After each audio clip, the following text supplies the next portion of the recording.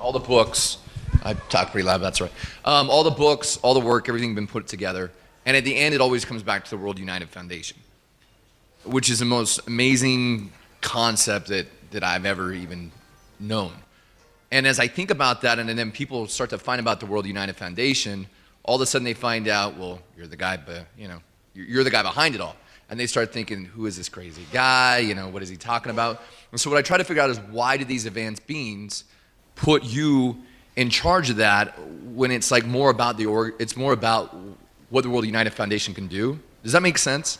In other words, are you trying to say that sometimes the focus is placed more on me than the actual concept of ending poverty and implementing what the Worldwide United Foundation? Yeah, I'm definitely saying that, but I'm saying that when anybody that finds World United Foundation, they can trace it back to you. That's right. And then all of a sudden reject it's it.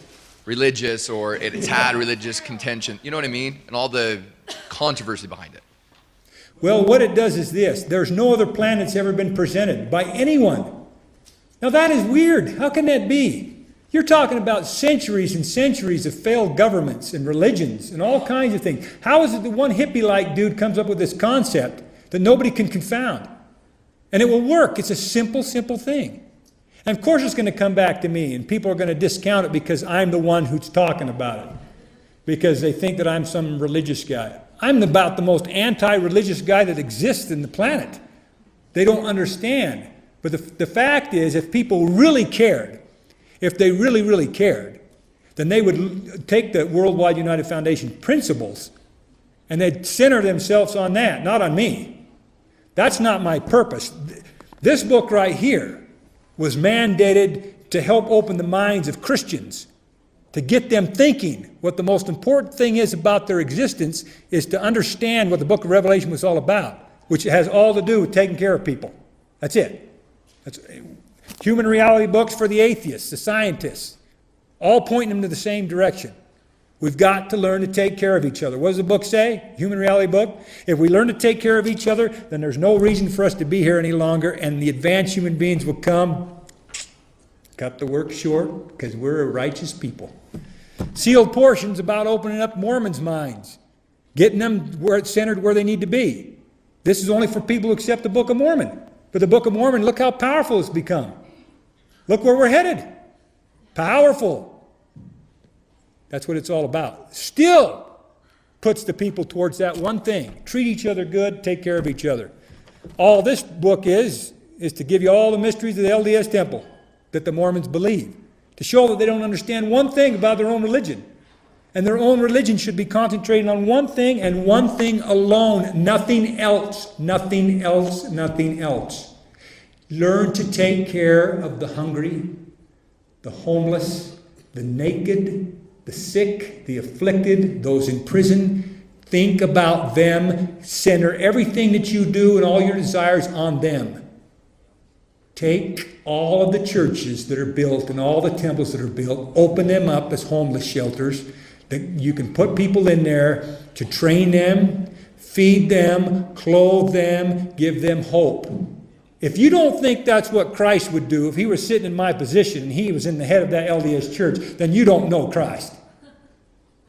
He didn't give 1 ounce of... See that? He doesn't give 1 ounce of anything about somebody thinking that they're getting baptized for a dead person. Let the dead bury their own. He cares about the homeless, the needy. What would he do if he was here? Oh, I know. He'd buy up 4 blocks downtown and put a bigger mall than that. Come on, folks. Even those who have an idea about this Jesus guy, what would he do if he were here? You're getting that example. Me. I'm doing exactly what he would do if he were here.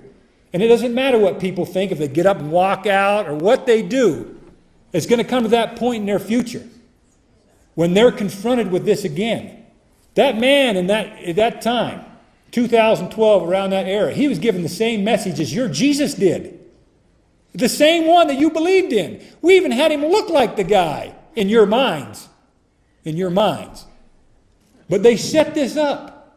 They set this up to prove that it doesn't matter if you have the man himself giving you his message.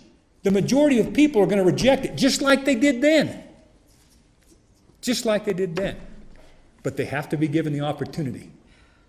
And so, getting back to your term there is no other end to this work than ending inequality and poverty. You cannot end inequality when a person thinks that they have the truth and nobody else does. You can't end it. Everybody has got to be on the same page of one heart and one mind and no poor among you. That's Zion. Nothing else. There's nothing of more importance.